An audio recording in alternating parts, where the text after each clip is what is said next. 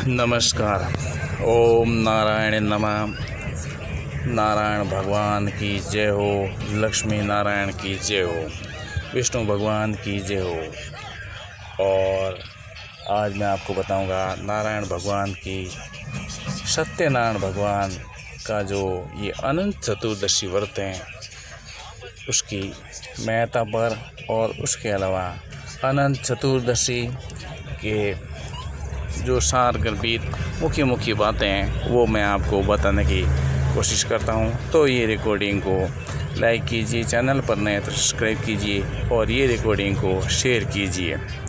अनंत चतुर्दशी भगवान विष्णु जी का सत्यनारायण कथा के रूप में एक व्रत का विधान रहता है। और जैसा कि आपको मालूम होगा कि गीता में भगवान श्री कृष्ण ने बोला कि व्रतों में सबसे सर्वश्रेष्ठ व्रत हैं वो अनंत चतुर्दशी का व्रत है। और ये सत्यनारायण कथा होती है और उपवास होता है, और ये व्रत का जो अनुष्ठान होता है वो इस दिन अनंत चतुर्दशी के दिन होता है।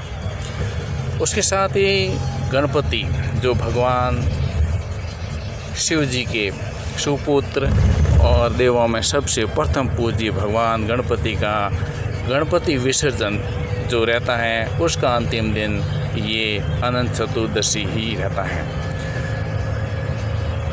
गणेश चतुर्थी के दिन भगवान श्री गणपति को पूजा पाठ करके विधि विधान से एक जगह बैठाते हैं मूर्ति के साथ में। और हालांकि कुछ लोग पहले विसर्जित कर देते हैं गणपति जी को पूजा अर्चना करके, और कुछ लोग अनंत चतुर्दशी के दिन ही गणपति जी का विसर्जन होता है।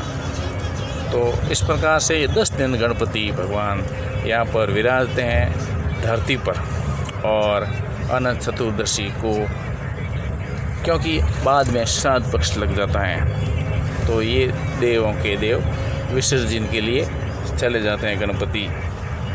तो सत्यनारायण जो कथा है और जो अनंत चतुर्दशी का जो व्रत है वो मोक्ष देने लायक है, ऐसा गीता में बताया गया है। अनंत चतुर्दशी का व्रत करने से पहले कई चतुर्दशियाँ को उपवास किया जाता है, एक दातन दिया जाता है, और वो करीब 14 वर्ष तक किया जाता है। 14 वर्ष तक ये व्रत किया जाता है, यानी कि वर्ष में एक बार, और 14 वर्ष किया जाता है।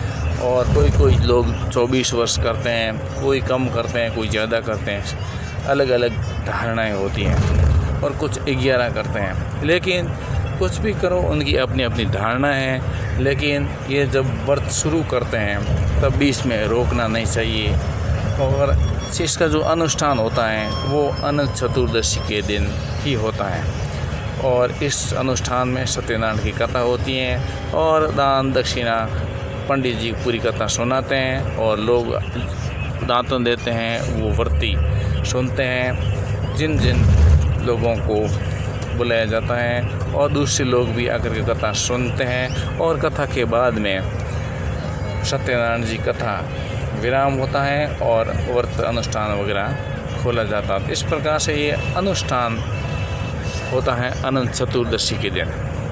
और भगवान जो लक्ष्मी नारायण हैं, जो सत्यनारायण हैं, वो विष्णु के अवतार ही माने जाते हैं। विष्णु मतलब भगवान राम, भगवान कृष्ण, ये सब विष्णु के अवतार हैं। और विष्णु अवतार में ही सत्यनारायण है, और सत्यनारायण की कथा का विशेष महत्व होता है अनंत चतुर्दशी के दिन।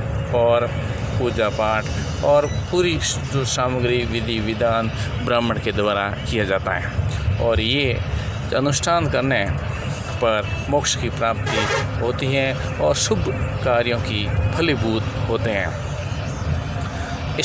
ये हमारे सनातन संस्कृति का एक अमिट परंपरा से आगे बनता हुआ एक नज़ारा होता है। हालांकि वर्तमान समय में लोग काफ़ी भूल गए हैं कि ये चीज़ें क्या होती हैं, क्या नहीं होती हैं, उनको कौन समझाने वाला। लेकिन एक ब्राह्मण ही ये सब राय दे सकता है कि क्या करना चाहिए और क्या नहीं करना चाहिए। इस प्रकार से ये अनंत चतुर्दशी एक पुण्यदायी और अगले मानव जीवन मिले या मोक्ष की प्राप्ति हो। इस प्रकार से ऐसे फल, शुभ फलों की प्राप्ति के लिए किया जाता है। और भगवान श्री कृष्ण को ये जो अनंत चतुर्दशी का व्रत है वो बहुत प्रिय है, ऐसा गीता में बताया गया है। तो इस प्रकार से ये अनंत चतुर्दशी जो चौदस हैं वो एक महत्वपूर्ण है, इसका ये महत्वपूर्ण महत्व है। आप मेरे ये रिकॉर्डिंग को लाइक कीजिए और चैनल पर नए हैं तो सब्सक्राइब कीजिए और ये रिकॉर्डिंग को शेयर कीजिए। भगवान की असीम कृपा आप पर बनी रहे और जो भी गूढ़ बातें हैं, ये जो रहस्य की बातें हैं भगवान की, वो सभी तक पहुँचे, इसका यही उद्देश्य है। इस रिकॉर्डिंग के माध्यम से आप सभी को शुभ फलों की प्राप्ति हमेशा बनी रहे, इसके लिए आप अवश्य कोशिश कीजिए।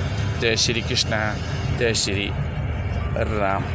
और अनंत चतुर्दशी की आपको अनंत शुभकामनाएं। आज के लिए बस इतना ही। बहुत बहुत धन्यवाद। जय श्री राम, जय श्री कृष्णा, जय हिंद।